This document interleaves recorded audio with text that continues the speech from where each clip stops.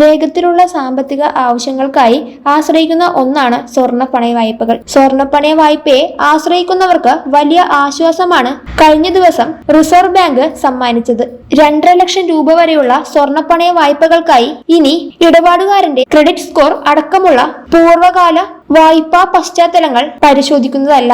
ഇങ്ങനെ ചെയ്യുന്നതിലൂടെ നിരവധി പേർക്ക് ഗുണകരമായിരിക്കും. സ്വർണ്ണ പണയ വായ്പയുടെ ലോൺ ടു വാല്യൂ നിലവിലെ 75% നിന്ന് 85% ആക്കിയതും നിരവധി പേർക്ക് നേട്ടമായേക്കാം. അതേസമയം 2.5 ലക്ഷം രൂപയ്ക്ക് മുകളിലുള്ളവർക്ക് മാത്രമല്ല 2.5 മുതൽ 5 ലക്ഷം രൂപ വരെ സ്വർണ്ണ പണയ വായ്പ എടുക്കുന്നവർക്കും ആശ്വാസമാണ്. ഇവർക്കുള്ള ലോൺ ടു വാല്യൂ 75 നിന്ന് 80% ആക്കിയിട്ടുണ്ട്. പണയം വെക്കുന്ന സ്വർണത്തിന്റെ വിലയുടെ 75% വരെ തുക മാത്രമേ വായ്പ നൽകാവൂ എന്നതായിരുന്നു റിസർവ് ബാങ്കിന്റെ ചട്ടം. ഇതിനെയാണ് ലോൺ ടു വാല്യൂ എന്ന് പറയുന്നത്. ഇതാണ് ഇപ്പോൾ 85% വരെ ആക്കിയിട്ടുള്ളത്. ഇതിലൂടെ സ്വർണ്ണ വായ്പ എടുക്കുമ്പോൾ കൂടുതൽ തുക ഇടപാടുകാർക്ക് ലഭിക്കുന്നതായിരിക്കും. 5 ലക്ഷത്തിന് മുകളിലുള്ള വായ്പകൾക്ക് 75% തന്നെ തുടരുന്നതുമായിരിക്കും. അടുത്ത വർഷം ഏപ്രിൽ 1 മുൻപായി തന്നെ ധനകാര്യ സ്ഥാപനങ്ങൾ പുതിയ മാർഗരേഖ പാലിക്കേണ്ടതുണ്ട്. ഒരു വ്യക്തിയുടെ തിരിച്ചടവ് ശേഷി അടക്കമുള്ള കാര്യങ്ങളിൽ ധനകാര്യ സ്ഥാപനം നടത്തുന്ന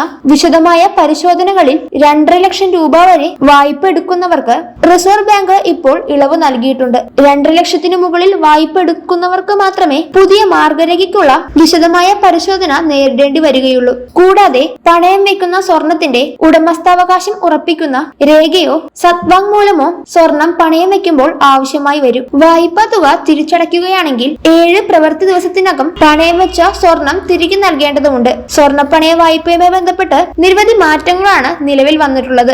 ആ മാറ്റങ്ങൾ എന്താണെന്ന് കൃത്യമായി മനസ്സിലാക്കിയതിനു ശേഷം സ്വർണ്ണപ്പണയ വായ്പകൾ എടുക്കുക. എളുപ്പത്തിലും വേഗത്തിലും കിട്ടുന്ന ഒന്നു തന്നെയാണ് സ്വർണ്ണപ്പണയ വായ്പകൾ. അതിനാൽ നിരവധി ആളുകളാണ് ഇത്തരത്തിലുള്ള വായ്പകളെ ആശ്രയിക്കുന്നതും. അതിനാൽ ഈ പുതിയ മാറ്റങ്ങൾ കൃത്യമായി തന്നെ മനസ്സിലാക്കേണ്ടതുണ്ട്. ശരിയായ രീതിയിൽ മനസ്സിലാക്കിയതിനു ശേഷം സ്വർണ്ണപ്പണയ വായ്പകൾ എടുക്കുക.